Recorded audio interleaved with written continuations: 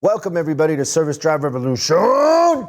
We have an exciting show for you today. We have two guests, and we are going to talk about what's going on in the industry, starting with the shortage in electronics and microchips. And it's affecting everything from manufacturers closing down plants to us at the local level fixing and servicing vehicles and trucks, because the manufacturers kind of shut down production, which then the secondary market shut down production, and the production of microchips was picked up by other industries, and it's really hard for us to recover right now. So we're going to talk about that, but we're also going to talk about there's a huge silver lining in all this.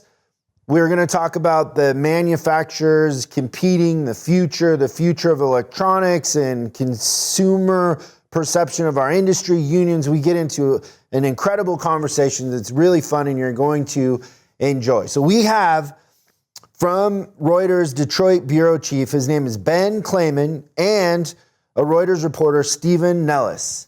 So let's go talk to him.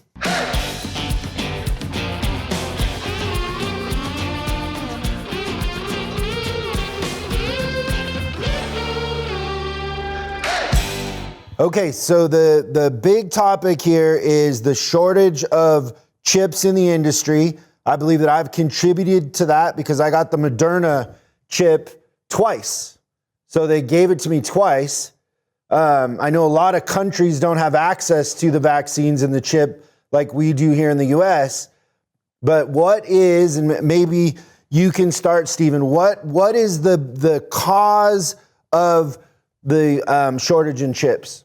So the cause is actually pretty simple. It's that too many people want them, right? And it's for everything from laptops, like the equipment that we're using to do this podcast, right? So what happened is last year during the pandemic, lots of people bought electronic stuff. So a lot of people got a new phone, got a new camera. A lot of people had to get a laptop if they were going to work from home.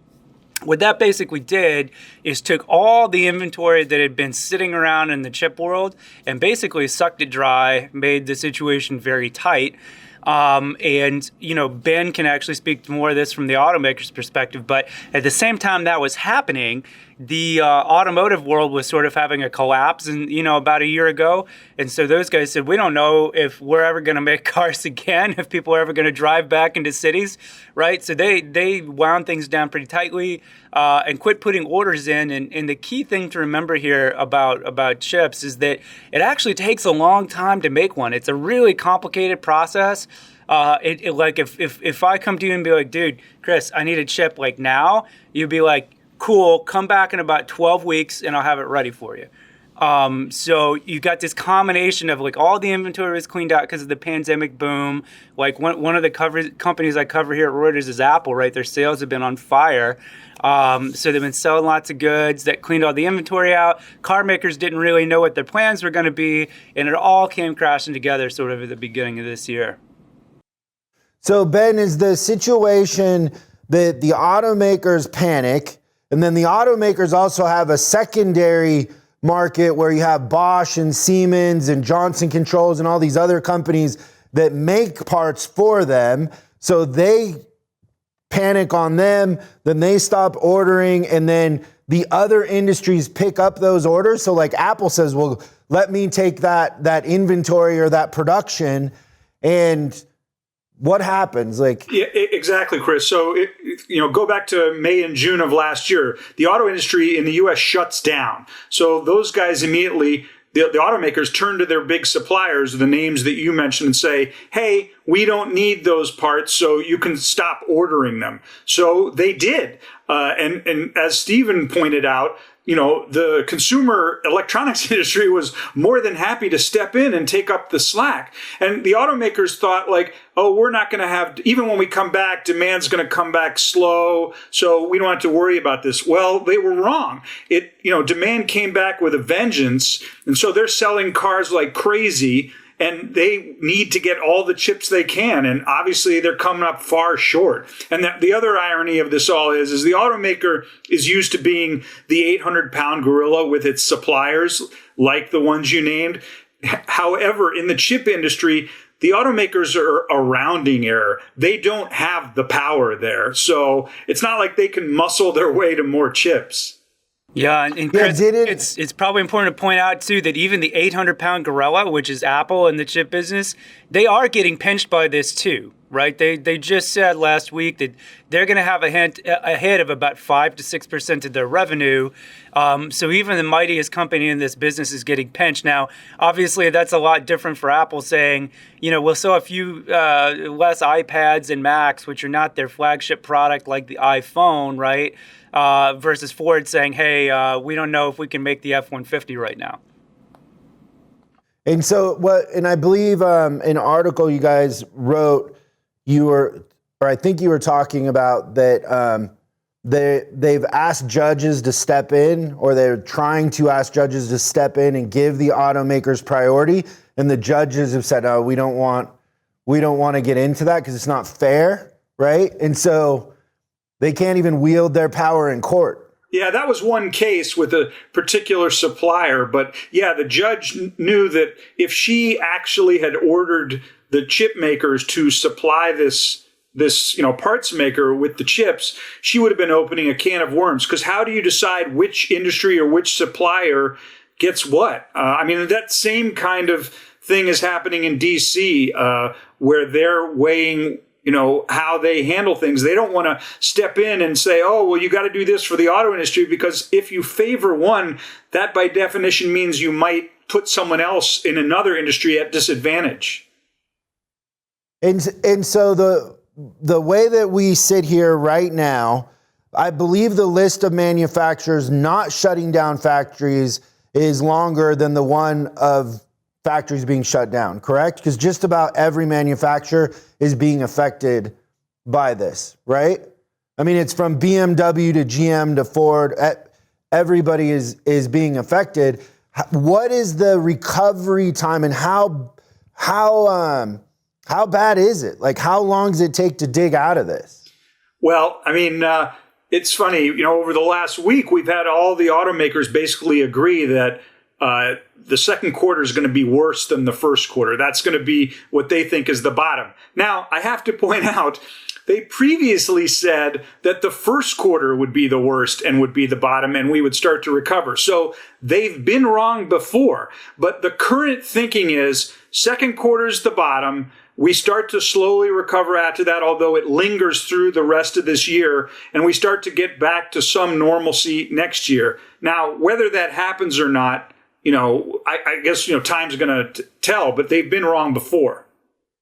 So they're trying to manage propaganda while they figure it out, but we don't know the extent of it until we do, basically, right? Yeah, that's fair. Last week, Ford said it was going to, all told, when the year's out, they're going to lose 1 million vehicles to the chip shortage. So that's a huge hit. And they said the hit financially was going to be $2.5 billion. GM didn't give a number on the number of units lost today, but they agreed that, second quarter is going to be bad, and they're going to lose like about $2 billion to the chip hit. Now, how will this affect the local dealerships and parts suppliers for repairing vehicles and used cars? Because the used car market's going crazy also, but chips are involved in a lot of those repairs. Is it going to take a little while for that to be affected in that inventory, or is it coming very soon? I'm not as familiar with the used market as to repair parts, but certainly it is affecting the used car prices, because we're seeing demand of new cars are hit, and that's causing people to turn to used cars. So the used car demand's exploding, and the prices are going up there. So it's certainly going to continue to play out. And I talked with a lot of dealers who said, one dealer said to me, I would take this till I'm in the grave. Because they're making huge profits right now on getting full sticker price, as opposed to, the industry historically has always been, okay, what's the deal? What are the incentives? What are the rebates? I'm paying 10, 15, 20% under sticker price. Well, nowadays, you're paying full sticker for, pretty much any vehicle you want. GM today talked about the average new vehicle transaction prices on its full-size trucks in the quarter were up 10%. And for the big SUVs like the Yukon, those were up over 20%.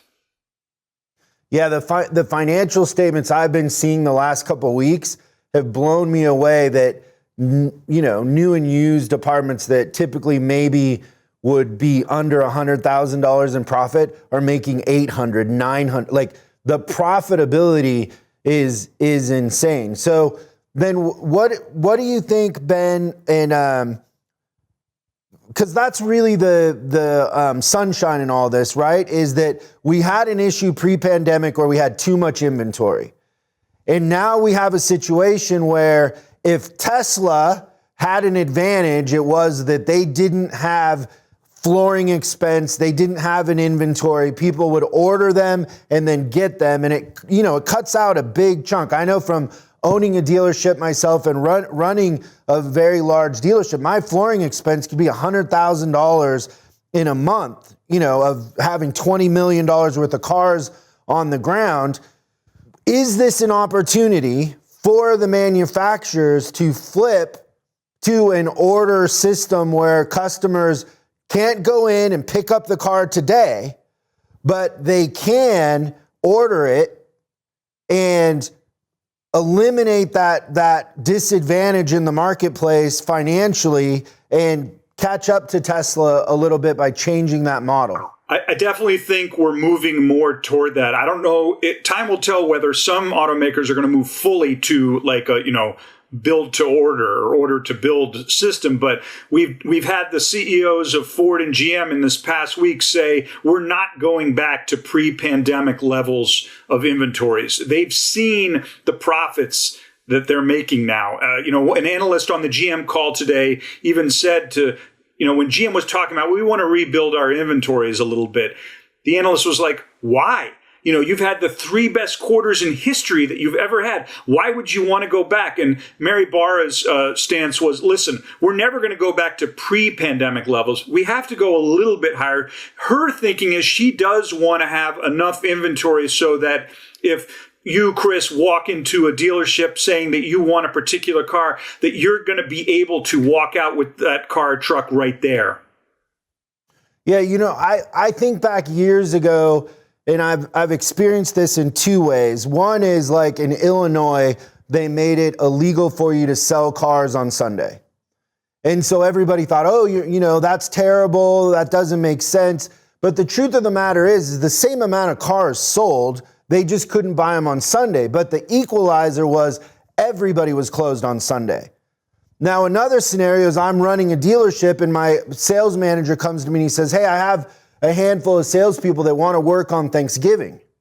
Would you be okay if we opened up, if we find somebody to answer the phones and we work on Thanksgiving? Because you could see on the security cameras, people would come to the dealership and look at cars, you're just closed, right?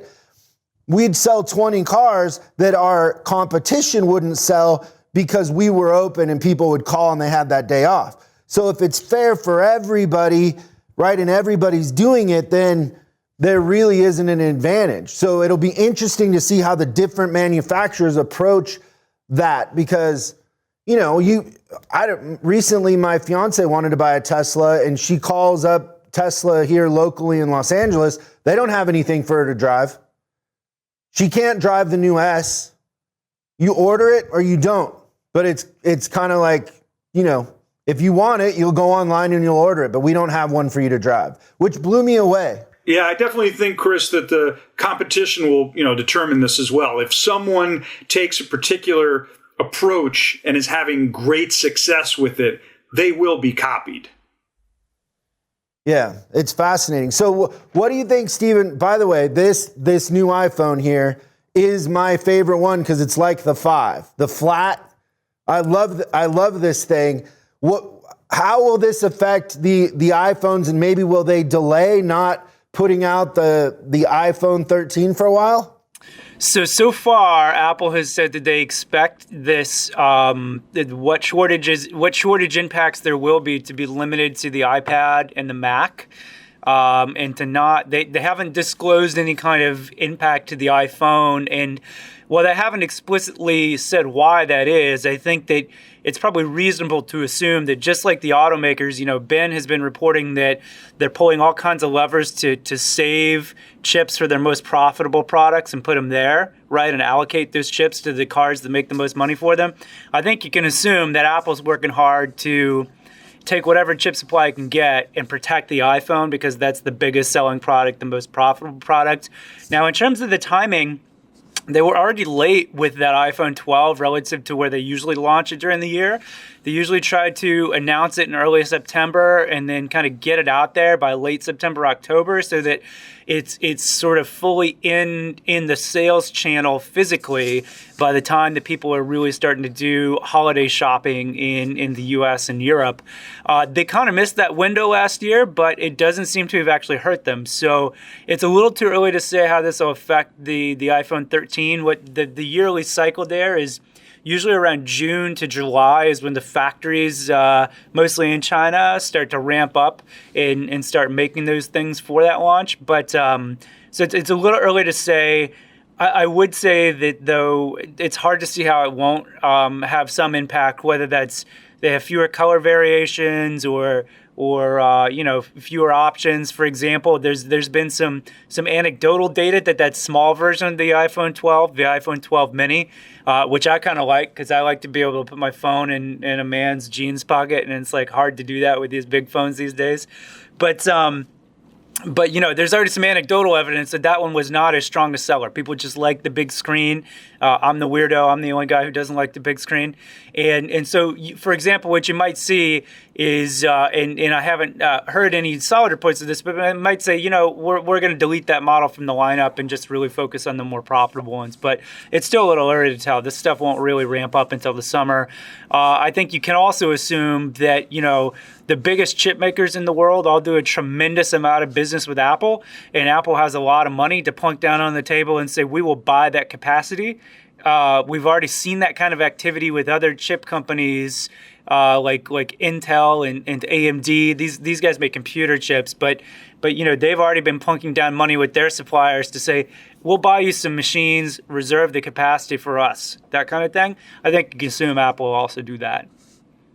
Yeah, it was interesting that they came out with the purple one recently, which the story I heard was that was Steve Jobs' favorite color, and it was a tribute to him in some sense. There was some anniversary, his birthday or something. I don't know what it was. They put a rainbow up in the middle of, so Apple has this big spaceship kind of thing, and they put a rainbow up in the middle of this big ring-shaped headquarters, and in the middle of it, there's kind of a field with trees and plants and stuff, and I think it's more than a year ago now. They put a big kind of rainbow thing up for Steve Jobs' birthday, and they actually have just kept it up as far as I've been able to tell. It's still standing there, even though there's nobody in Apple Park. So those colors sell really well too. You wouldn't think it, but a lot of people who either haven't bought a new iPhone in a while or see, yeah, there you go. What color, Ben? Purple. You did purple? Yeah. You got the purple one, Ben? All right.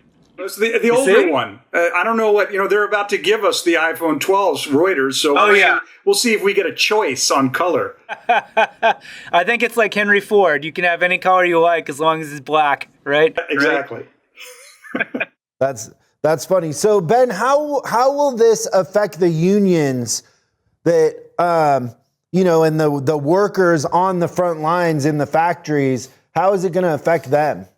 Well, obviously, when a plant goes down, those workers are on layoff. But the UAW, the United Auto Workers Union, has contracts that allow for, a lot of the workers get pretty close to, I think, like 90% coverage between unemployment and what they get from the company, so that they won't suffer too much on this.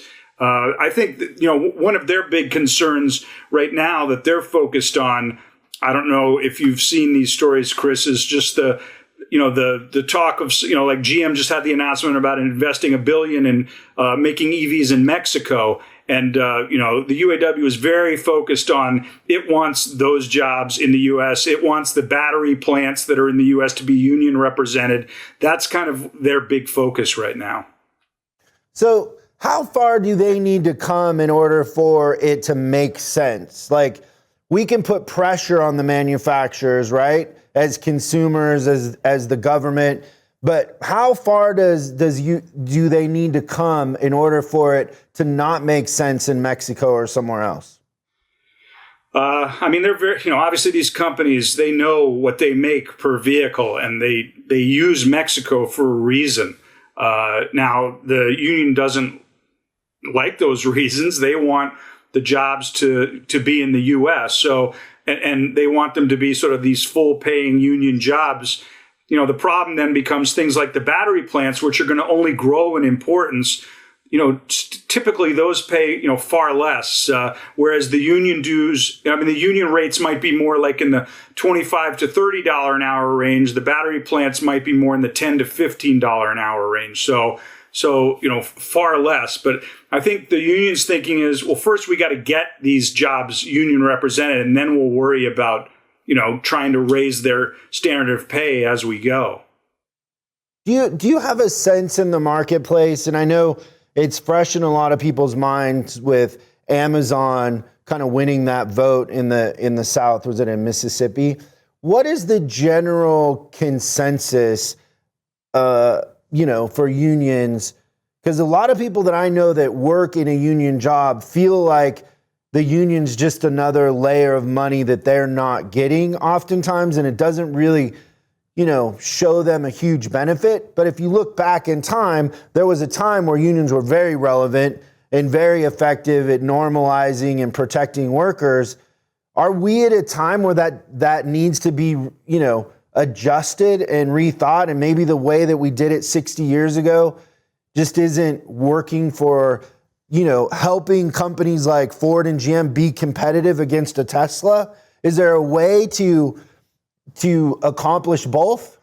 Yeah, I don't know. It's interesting because, back then, history shows that, the companies maybe took advantage of workers more. So it was easier for the unions to justify why they were necessary. And to your point, it becomes a much harder argument when, say, a Toyota or Honda is in essence paying almost the same as, the Detroit 3 automakers. So then, any anti-union supporters can say, well, why do you want to bring the union in? They're only going to take away some of that money from you. I've talked with labor attorneys who say, unions tend to do much better organizing plants when they are making arguments based on like safety and things like that, as opposed to if you're making an argument based on money, they tend to lose those organization tries more often. But I think that was a big blow for the union movement to lose the Amazon push. I think that was in Georgia, as I recall. So it's going to be interesting to see how this goes moving forward. The unions feel they, maybe have an ally with President Joe Biden, what he does to actually, support them. Now, like, for example, I know the UAW is making sounds with some of its political allies to push for making the EV tax credits only applicable to EVs that are built in the United States. So that would add a layer of pressure. Now, whether they can pull that off or not in a Senate that's 50-50, I think it's going to be hard to do. But I mean, that's the kind of thinking that they're making right now. There's two things that stick out to me in that conversation. One is we're in a climate where the population of labor, people that want to be laborers is shrinking. And so they have an advantage, and you don't necessarily need a union because the workers have an advantage and they have a choice, right? If you're willing to work, you can be a plumber and make $150,000 a year because there just aren't people that want to be plumbers or technicians. And, so it's a weird marketplace where the worker has more leverage because the population and the baby boomers retiring and that sort of thing. But the other thing that sticks with me is, up where I grew up in Washington, Amazon opens a warehouse up there in Belfair, Washington, and they're hiring a couple thousand people, and they're redoing the streets, and they're investing all this money in the city and the infrastructure, and people are elated, and they love Amazon, and they love that they can, start off at 15 and work their way up and make 25, and the general tone there is very positive. But then when you see what is said on the news about working for Amazon, it's like, they're starving people, putting them in cages and feeding them once a week. And it's so hard to understand where the truth is in that. But the thing that I revert to, I guess, and this would be what I'd love for you to comment on, is I believe the workers have a vote in that because they're in demand. Yeah.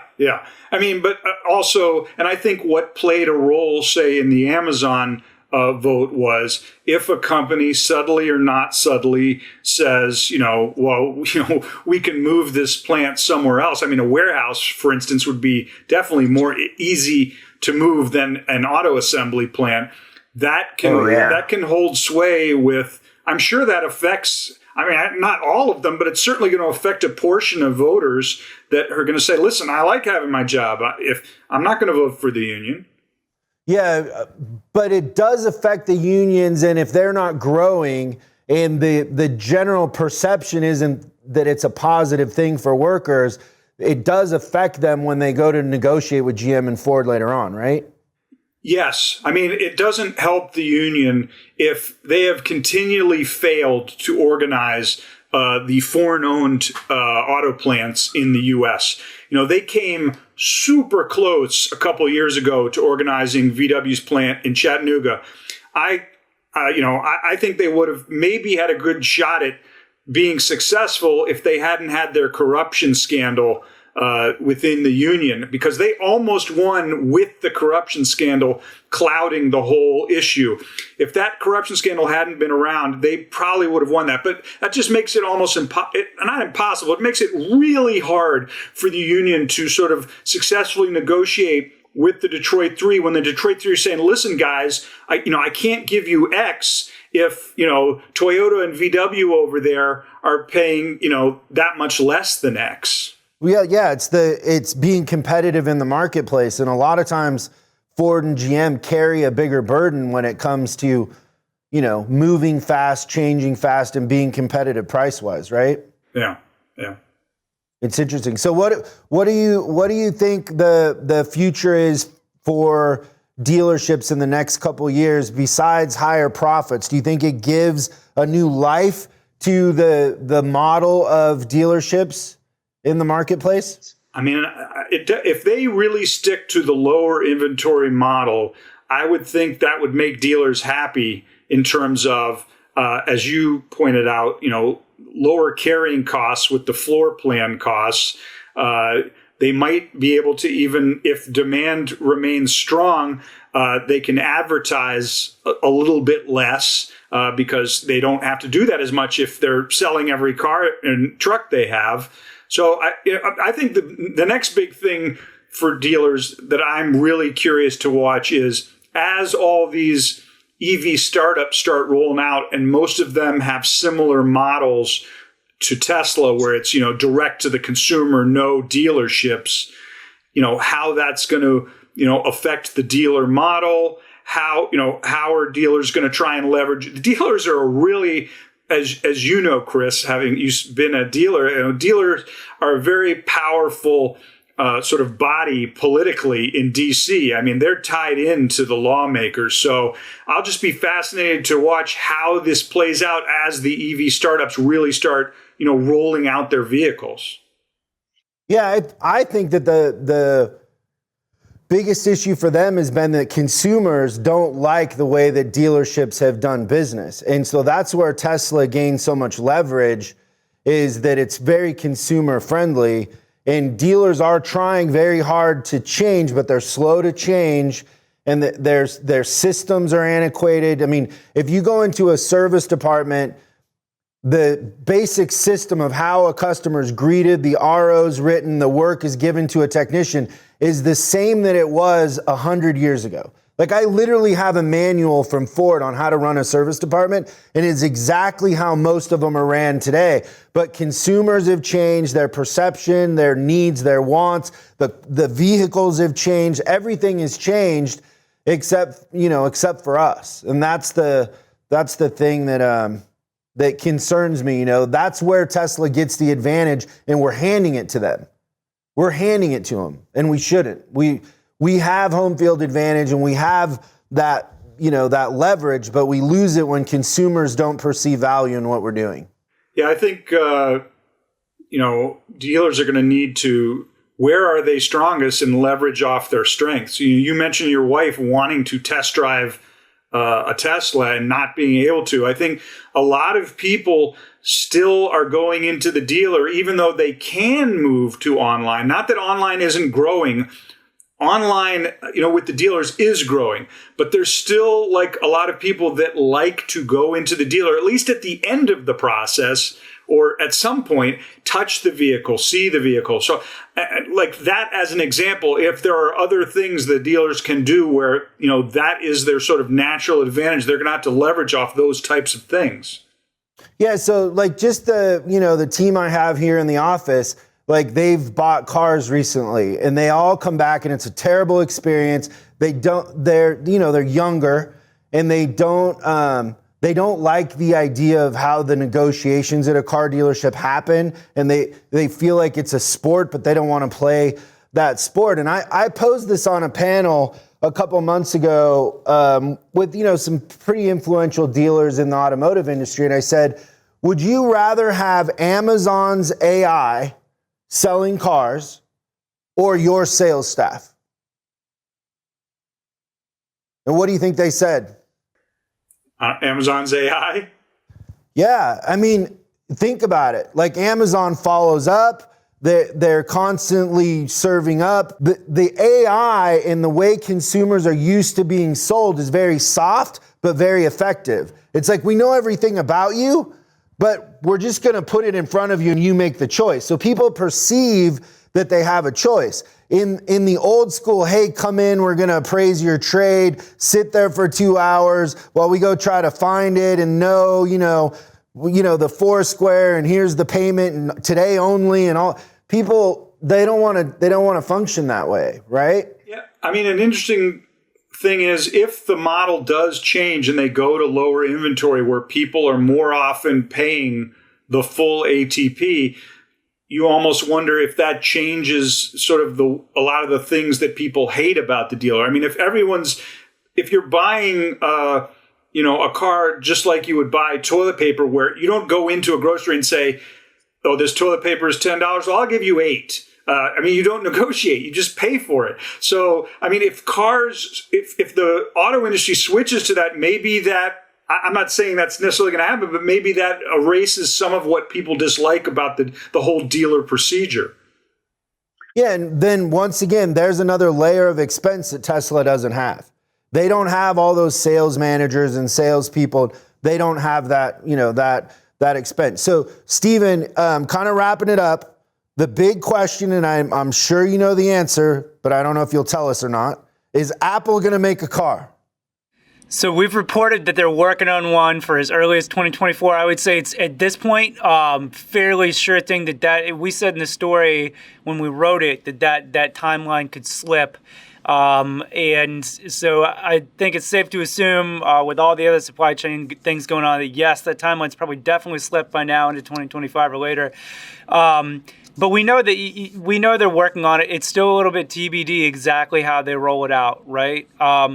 But they have core technology around autonomy and electric vehicle technology. We know they're going to put it to use somewhere. I think the question that's still to be determined is exactly how they bring it to market. Is it the Apple car? So far, we still think it is. Who's going to build it for them? That's still TBD, and how exactly they will get that to market. Would they do a Tesla-like thing? Would they leverage their huge network of stores in the United States. Listening to you guys talk about the way the car dealerships work, I thought, think about how that compares to when you go into an Apple store, right? If you don't try to get, most people find it a good experience, right? The Apple retail experience rate's pretty high, and they actually pay their retail employees pretty high. It's a pretty big expense, but Apple still makes phenomenal money off of it, right? So there's a way to have that physical retail and make money off it. Whether Apple will leverage it with that, it's still an open question, but to me, there's no question they're going to be there with electric vehicles. It's just how are they going to go to market with it? There's way too many chips and stuff and too much technology that goes into these vehicles for them to ignore that market. And frankly, they've just got too much computing expertise. And really the thing to think about, and I know this is a funny words and stuff to use on a show oriented to an automotive audience, but like the user interface and user experience is really important. Think about, self-driving cars and whatnot. People are probably going to be terrified to get into these things. And who can make your grandmother or your mother comfortable getting into a piece of technology like that and letting it take the wheel, right? I mean, that's something that Apple, their whole brand is based on taking complex technology that, is not approachable for a lot of people and making it approachable. So they're going to be there. Question of when and exactly how they get to market. And no question, the industry is scared of those guys. I mean, I've seen studies where they ask people, who would you favor for, like, say, a self-driving car? And the studies I've seen say, Apple and Google. Yeah, the tech companies. So, the auto industry is scared of those guys and Amazon and, what they do or don't have coming and what that could mean for them and their profit margins. Yeah, so how naive to that do you think they are, Ben? Like, when they're scared, are they using that to actually, get better? Because it feels like to me we're doing things the same way we've always done them. We're talking about it, but really not much has changed when you talk about the experience for the consumer. Yeah, I think it's starting to change because of money. I mean, they see the valuation of Tesla. It's crazy. I mean, Tesla's worth more than the industry combined. And so they want a piece of that action. Give me some of that. Will they ever be valued at the same way because they still have all their ICE, their internal combustion engine operations? Maybe not, but they're not getting the full value they feel for their electric vehicle and autonomous vehicle efforts. And so they are being more aggressive. We're starting to see them rolling out their vehicles, whether it's the Mustang Mach-E or we got the Hummer pickup coming later this year. So they're starting to finally over this, and all the startups are coming that are pressing them. So over this next 2 years, I think we're going to see a lot more of sort of the next gen technology coming out. And I think it's going to be interesting to see how that changes how the consumers perceive the automakers. And Chris, one thing to add in there is just that, like, how Apple will interact with the automakers. It's not at all clear that they'll be in direct competition, right? I think the one thing that Ben and I and some of our other colleagues at Reuters have been finding out is that the automakers are very, very savvy that, Apple does need a manufacturing partner who knows how to do this stuff. So they probably do need to work with the big automaker, but the automakers understand that if they don't approach this right, they could just end up stamping metal while, they stamp an Apple logo on it and all the money goes to Apple, right? So they're actually coming into this very savvy, and Apple, I would say we think of them as almighty in a lot of business situations, but, it takes a huge amount of physical infrastructure just to manufacture 200 million of these little things. And this fits in a box, right? A tiny little box, and fits $1,000 of value into a tiny box. So if you're talking about maybe cramming $100,000 of sale value into something as big as a car, right? And doing it at the scale that Apple wants to do it at globally, they need help. This is not the same as what they're used to doing. So, from their side, they are going to have to not understand that they probably can't just go in and steamroll the automakers either. Yeah. So just out of curiosity, Stephen, what do you drive? I drive a used with 140 something miles on it, little sort of hot hatch Mazda 3. with the 2.5-liter engine. I have to confess, I've never bought a new car in my entire life. I've always bought somewhere between clean, used, and total jalopies and just do all my own wrenching on them. Yeah, but you're a smart consumer. So you work on them yourself? Yeah. In fact, you were talking about dealers. So I bought this used Mazda from a dealer. And one of the things was like, you're sitting there, the car's one price, and they plunk down this thing that's like $3,000 or $4,000 more because of a warranty or whatever. And I'm like, dude, and they also have the little sheet where their technicians have gone over it, and it's like, oh yeah, what was it on this particular one? I think it was like a swing or like a sway bar bushing in the back, right? And they're like, like $250 to fix that. I'm like, dude, that's a $40 part in like 20 minutes of my time, right?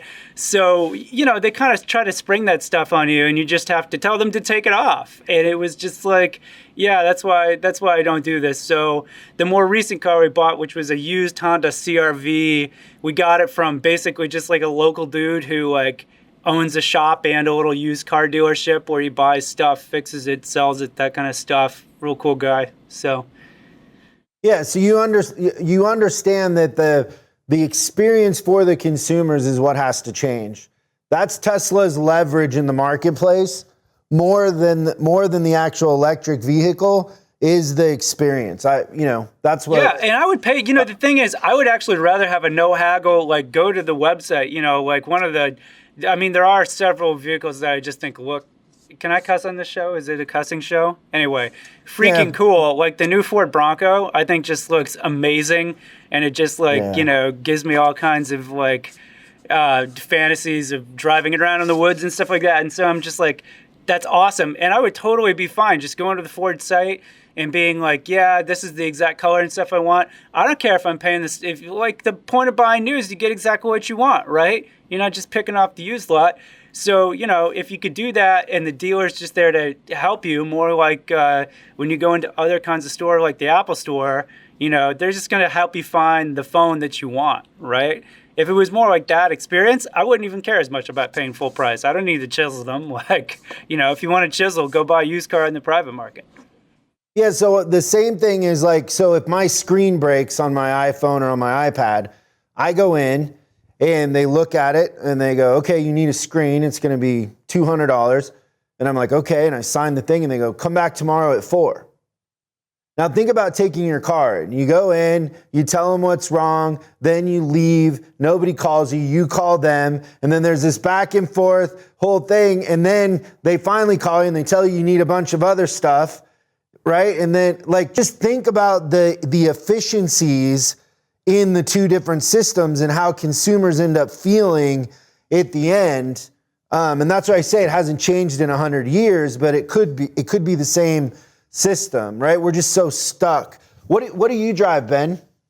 I am a point A to point B kind of guy. So I have a Chevy Cruze was the last car I bought. I did get a hand-me-down from my mom and dad of a Toyota Prius. Oh, and do you like the Prius? I do. So I drive a Jeep pickup, the new pickup. The Gladiator. The Gladiator. It's a couple years old. So I live in Los Angeles, but I have it all jacked up. It's got a big lift on it. I crank country music, and I got a gun rack just to scare people as much as I can here in Los Angeles. I love to pull into our building cranking country music in my pickup truck the way I look. It's just funny. You would fit in well out in the Midwest, Chris, with that setup. Yeah, I'm probably more suited for the Midwest, honestly. Well, gentlemen, this was really fun. I hope we can do it again. I really appreciate the insight. I love the article and what you're doing, and for taking the time for our audience is very generous of you. And I thank you very much. Everybody, make sure, and we'll put the links in the description also. But Ben's Twitter is Ben Klayman, Klayman. And that's on Twitter. And then Stephen is Stephen, Stephenn Ellis. So Nellis, right? Yeah, that's it. Like the Air Force Base in Nevada. Awesome. Thanks a lot, gentlemen. Thanks so much for watching this episode of Service Job Revolution. We're uploading new stuff every day, so make sure you subscribe and click the bell icon so you don't miss out. If you have a question you'd like us to answer on the show, call 8333-ASK-SDR and we'll answer your question on the show. That's 8333-ASK-SDR. For special deals on our books and training, head over to offers.chriscollinsinc.com. Now that's offers.chriscollinsinc.com. I'm Chris Collins, and I'll see you in the next video.